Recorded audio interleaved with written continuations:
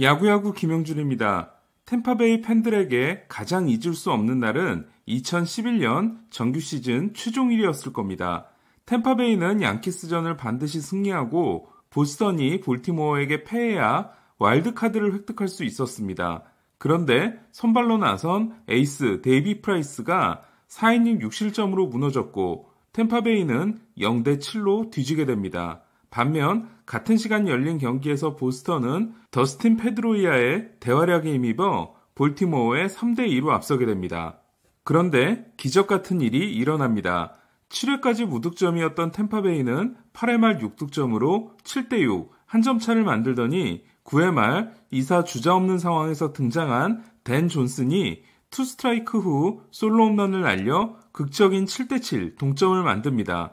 그리고 영웅이 등장하는데요. 8회 말 결정적인 3런을 알렸던 롱고리아가 12회 말 스캇 프록터를 상대로 끝내기 홈런을 날리게 됩니다. 롱고리아의 홈런은 좌측 펜스를 살짝 넘는데요. 지금도 트로피카나 필드 그곳에는 160일 엔딩이라는 표시가 되어 있습니다. 그리고 파펠본이 블론 세이브를 범한 보스턴이 볼티모어에게 역전패를 당함으로써 템파베이의 기적은 완성됩니다. 하지만 템파베이의 고민은 계속 이어지는데요.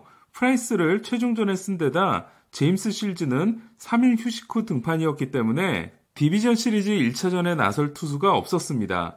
이때 템파베이는 파격적인 선택을 합니다. 데뷔 후 9와 3분의 1이닝을 던진 투수 맨 무어였습니다. 그리고 무어는 충격적인 7이닝 6K, 2피안타 무실점 승리를 거두는데요. 조 매든 감독에게 무어를 내보내자고 한 사람은 앤드류 프리드먼 단장이었습니다. 유태계로 1976년 휴스턴에서 태어난 프리드먼은 아버지가 변호사였습니다. 프리드먼은 중견수 겸 1번 타자였는데요. 야구 장학금을 받고 아버지의 모교인 툴레인 대학에 진학합니다.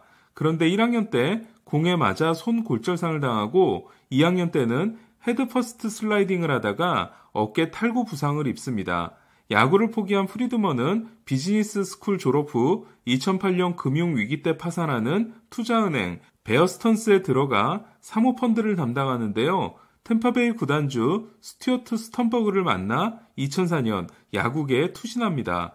그리고 2005 시즌이 끝나자 야구판에 뛰어든 지 불과 2년 만에 파격적으로 만 28세 역대 최연소 단장이 됩니다. 그리고 놀라운 일이 일어납니다. 프리드먼 첫해 템파베이는 101패를 당하는데요. 그러나 부임하자마자 루 피넬라 감독을 조 매든으로 교체한 프리드먼은 매든과 함께 여러 가지 혁신에 도전합니다. 프리드먼이 새바람을 일으킨 세 가지는 극단적인 수비 시프트, 포스 프레이밍, 그리고 하이패스볼 전략이었습니다.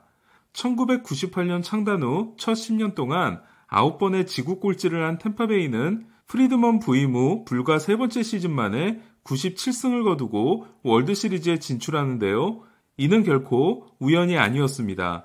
2008년부터 지난해인 2020년까지 13년 동안 템파베이는 6번의 포스트 시즌 진출과 2번의 월드시리즈 진출을 이뤄내며 정규 시즌 승률 5할 3푼 9리를 기록하는데요. 이는 뉴욕 양키스, LA 다저스, 세인트루이스, 보스턴에 이어 같은 기간 5위에 해당되는 것으로 같은 기간 양키스의 4분의 1도 되지 않는 연봉으로 만들어낸 기적이었습니다.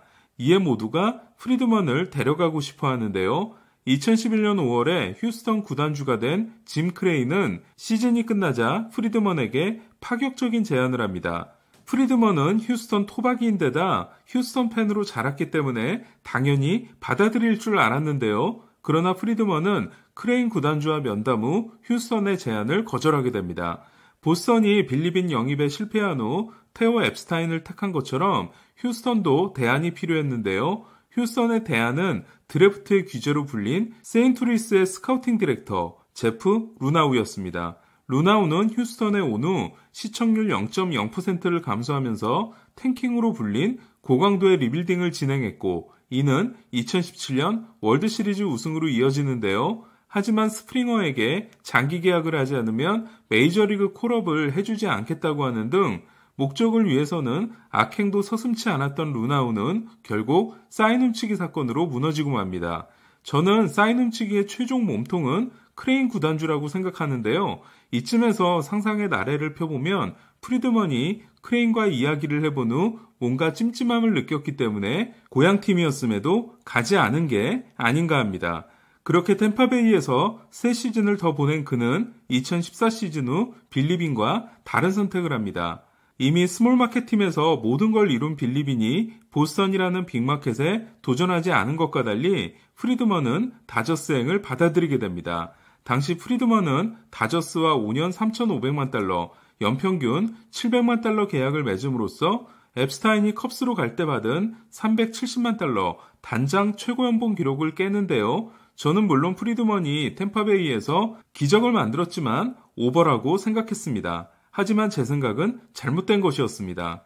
2012년 5월 다저스를 매입한 구겐하임 파트너스 CEO 마크 월터는 공격적인 투자를 지시합니다.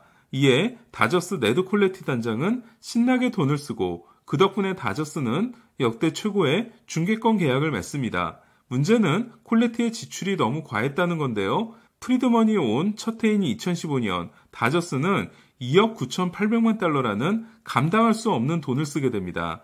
이에 다저스는 프리드먼에게 연봉을 감축하면서 계속해서 우승에 도전할 것을 지시합니다.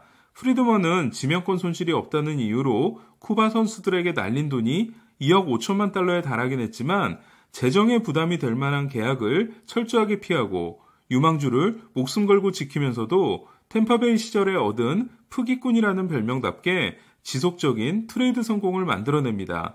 그리고 역시 템파베이에서 갈고 닦은 줍기 신공으로 크리스 테일러, 맥스 먼시 같은 선수들을 얻습니다.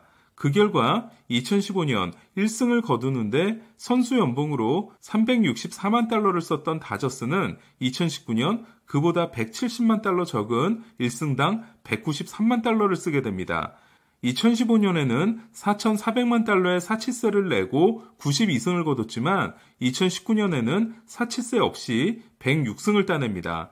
다저스는 2017년과 2018년 2년 연속 월드시리즈에 진출하는데요. 휴스턴이 사인 훔치기를 하지 않았다면 2017년 우승은 다저스였을 겁니다.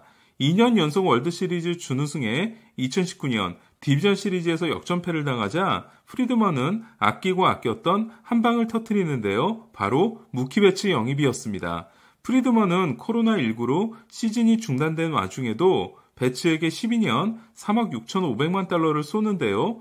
월드시리즈 우승을 해야 배츠 계약이 성공이라고 할 수 있었던 다저스는 12년 계약이 시작되기도 전인 지난해 월드시리즈 우승에 성공하게 됩니다. 물론 다저스의 월드시리즈 우승은 큰 돈을 쓸 수 있었기 때문에 가능했습니다. 하지만 프리드먼은 비싼 선수를 사는 대신 다른 방식으로 썼는데요.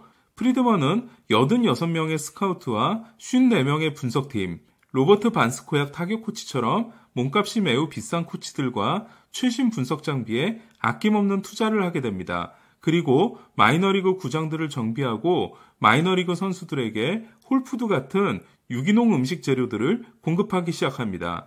그러니까 사서 쓰는 대신 길러 쓰고 고쳐 쓰는데 투자하고 있는 겁니다. 그 과정에서 프리드먼은 여러 약점들을 감수하고 선수 관리만큼은 완벽하게 해내는 데이브 로버츠를 자신의 파트너로 선택합니다. 프리드먼의 월드시리즈 우승 1회는 보스턴에서 86년 만에 우승, 컵스에서 108년 만에 우승을 이끌며 밤비노의 저주와 염소의 저주라는 메이저리그 양대 저주를 풀어낸 앱스타인에게는 미치지 못합니다. 그러나 앱스타인이 유망주를 지키지 못해 우승 후에는 비효율과 싸우게 되는 반면 프리드먼은 좋은 팜을 계속 유지하면서 만들어낸 우승이기 때문에 그에 못지않게 높은 평가를 내릴 수밖에 없습니다. 2019년 11월 다저스와 재계약을 한 프리드먼은 계약 내용이 공개되지 않고 있는데요. 앱스타인이 월드시리즈 우승 후 컵스로부터 받은 1,000만 달러 연봉을 넘어섰거나 혹은 그에 준할 가능성이 높습니다. 사실 다저스 팬이 아니라 류현진 팬이라면 프리드먼이 마음에 들지 않을 수도 있는데요. 류현진을 영입한 건 콜레티 단장이고 류현진은 프리드먼이 오고 첫 2년간 어깨 부상으로 공을 던지지 못했습니다. 그리고 2017년에는 포스트 시즌 로스터에서 류현진을 빼기까지 하는데요. 결국 프리드먼은 류현진을 잡지 않습니다. 하지만 마에다와 류현진이라는 아메리칸 리그 사이영 2, 3위 투수들을 잃고도 다저스는 월드시리즈 우승에 성공했고 홀리오 우리아스, 더스틴 메이, 토니 곤솔린에게 기회를 줄 수 있었습니다. 다저스가 이어가고 있는 8년 연속 지구 우승은 애틀란타의 14년 연속 우승과 양키스의 9년 연속 우승에 이어 역대 3위에 해당되는 기록인데요. 다저스가 대단한 건 8년 연속 우승을 부자구단이라고 해서 돈을 마음껏 쓸 수 없는 사치세의 시대에 만들어냈다는 겁니다. 애틀란타는 존 슈홀츠 단장 시절 14년 연속 지구 우승을 하지만 월드시리즈 우승은 한 번뿐이었습니다. 반면 팻 길릭, 데이브 돈브로스키, 그리고 테오 앱스타인 같은 우승 청부사들은 월드시리즈 우승을 여러 번 만들어내지만 그때마다 팜의 황폐화를 피하지 못했습니다. 반면 프리드먼은 지속가능한 우승 모델로 월드시리즈 우승까지 해냈는데요. 생각해보면 어떤 분야에서든 오래가는 사람이 최고인 것 같습니다. 단축 시즌이 아닌 정상 시즌에서도 성공할 수 있을지가 프리드먼의 다음 과제인데요. 그러나 최강의 전력을 자랑하는 다저스 앞에 샌디에고라는 겁없는 도전자가 나타났습니다. 과연 프리드먼과 다저스는 어떤 대응을 할까요? 토미 케인리와 코리 크네이브를 영입하고 브랜든 모로와 마이너 계약을 맺은 다저스는 아직까지 큰 움직임이 전혀 없는데요. 저스틴 터너와 계약이 끝난 3루에 누구를 데려다 놓을지, 샌디에고의 스넬, 다르비슈 영입에 대한 반격은 어떤 식으로 하게 될지 프리드먼의 행보를 주목할 수밖에 없습니다. 이상 김영준의 야구야구였습니다.